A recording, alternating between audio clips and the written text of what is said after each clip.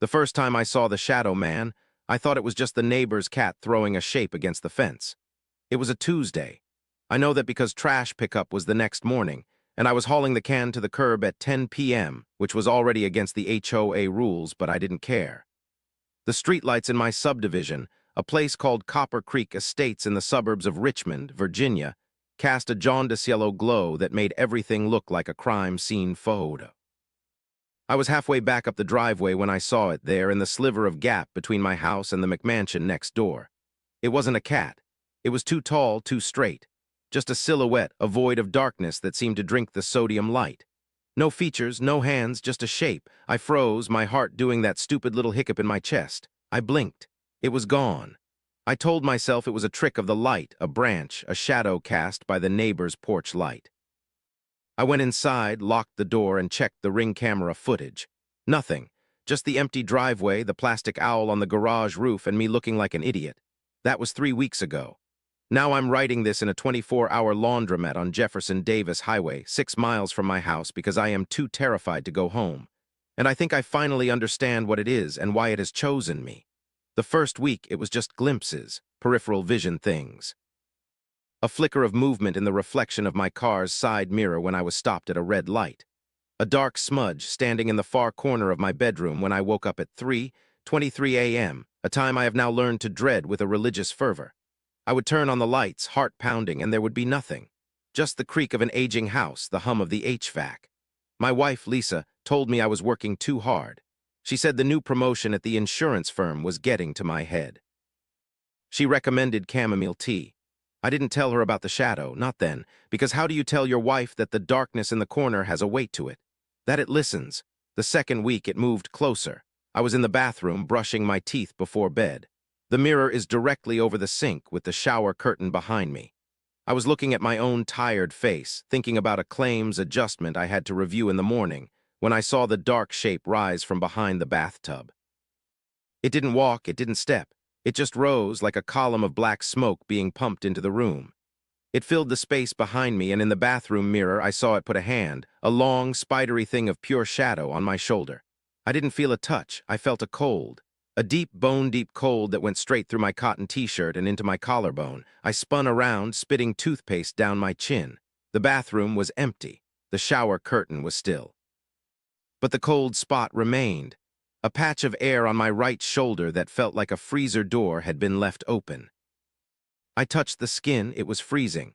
I had a red mark on my shoulder the next morning, like a faint, 5-fingered bruise. Lisa saw it at breakfast.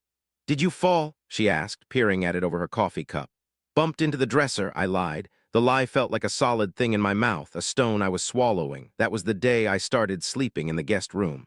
I told Lisa I was having night sweats, that I didn't want to keep her up. She looked hurt, but she didn't argue. She's a good woman, too good for the anxiety I was about to dump on her doorstep. The third week is when I started losing time. It started with small things. I'd be driving home from work, and I'd suddenly realize I was 5 miles past my exit with no memory of the last 10 minutes. I'd be watching TV, and the show would be over, the credits rolling, and I had no recollection of the plot. I went to the grocery store for milk and eggs and came home 3 hours later with a cart full of frozen pizzas and canned soup, a receipt I couldn't account for. The receipt was the scariest part. It was dated a day before the trip I was making. I started keeping a journal. A cheap spiral notebook from the drugstore. I wrote down the times, the feelings, the cold. I drew the shadow man. I'm not an artist, but I sketched his shape. Long, tall. A head that was slightly larger than it should be, like a balloon on a stick. I began to notice a pattern. I always saw him on the periphery of a light source. He was never in the dark itself, but he was always just at the edge of the light where the glow starts to fail and the shadows take over. He was preying on the boundary. Last night it escalated. I was in the guest room, lying in bed, trying to read a paperback thriller. It was 1:47 a.m. I had all the lights on. The overhead light, the bedside lamp, even the closet light with the door open. The room was as bright as an operating theater. I thought I was safe. I was wrong. I heard the breathing first. It wasn't a loud sound. It was a dry, raspy huff like air being pulled through a dusty filter. It was coming from the corner of the room behind the armchair. I slowly lowered my book. I stared at the corner. There was nothing there but the chair, the wall, and the shadow of the chair cast by the bright lights above. But the shadow of the chair was wrong. It was too large, and it was moving. The chair was perfectly still, but its shadow on the wall was writhing. It wasn't a chair shadow anymore. It was a man-shaped thing, stretching its arms, arching its back, growing taller. It was detaching itself from the object that cast it. I watched, paralyzed, as the shadow on the wall grew legs that were too long for the chair. It stepped out of the corner, moving along the wall like an oil slick. It moved across the bedroom wallpaper, past the framed print of a sailboat, and stopped at the wall beside my bed. It turned its head. The shadow on the wall looked at me. I could feel its gaze, an invisible weight pressing against my skull. Then it reached out a hand, the hand on the wall.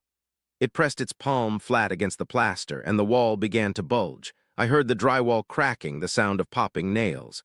A dark stain began to spread on the wall, a stain that was the exact shape of a hand. It was pushing through. I screamed. I threw my book at the wall. It just passed through the shadow and smacked against the plaster. The hand on the wall curled its fingers as if it was scratching. The black stain grew three-dimensional, the shape of knuckles pressing out, distorting the paint. A cold draft hit my face, smelling of wet earth and stale air like a grave that had been opened for the first time. I ran. I didn't look back. I grabbed my keys, my phone, the spiral notebook, and I ran out into the front yard in my pajama pants. I stood on the wet grass, shivering, staring at the guest room window. The light was on. The silhouette of the shadow man was standing in the window, looking down at me. It wasn't moving. It just stood there, a hole in the light, a promise of darkness. I slept in my car. It was cold and cramped and miserable. But the shadow man didn't find me in the car. Maybe he can't cross the line of a closed door unless he's invited. Or maybe he was just giving me a head start. This morning, I went back inside. I had to. I had to get my wallet, my laptop for work. The house was quiet. Lisa had already left for her shift at the hospital. The guest room door was closed. I didn't open it. I didn't look. I grabbed my things from the master bedroom, and as I was leaving, I saw the answering machine blinking. One message. It was from the credit card company, an automated fraud alert. Someone had tried to use my card at a gas station in Abilene, Texas at 2:00 a.m. That was during the 45 minutes I can't account for last week. Then there was another beep. A second message. It was a voicemail from my phone, a recording of a call I don't remember making to my own home landline. The timestamp was from 3:23 a.m. this morning while I was sleeping in my car. I pressed play. My own voice came through the speaker, but it wasn't me. It was hollow, a monotone whisper, as if my voice was being read out by something that didn't understand human speech but had studied it in a textbook. The voice said, "You can't run from me. I'm the shadow you were born with. I'm the dark side of your own eyes. I'm not a ghost. I'm a mirror." The message ended. There was no hang-up click, just silence. I left. I'm here now in this laundromat, typing this on my phone. The fluorescent lights are humming. The dryers are thumping. There are other people here, a woman with a toddler, a guy washing a sleeping bag. I feel safer in the crowd, but I keep looking at my own shadow on the linoleum floor. It's not doing what it's supposed to. I just moved my right hand. My shadow on the floor did not move its hand. It kept its arm at its side. And then it turned its head to look at me. There is a payphone in the back of the laundromat. It's old, covered in stickers, but I can see the receiver is off the hook. It's just dangling there, swinging gently as if someone just put it down. And I can hear very faintly my own hollow voice whispering from the earpiece. I don't know what happens when it catches me. I don't know if I disappear, or if I become it, or if I just wake up in a hospital bed with Lisa crying over me.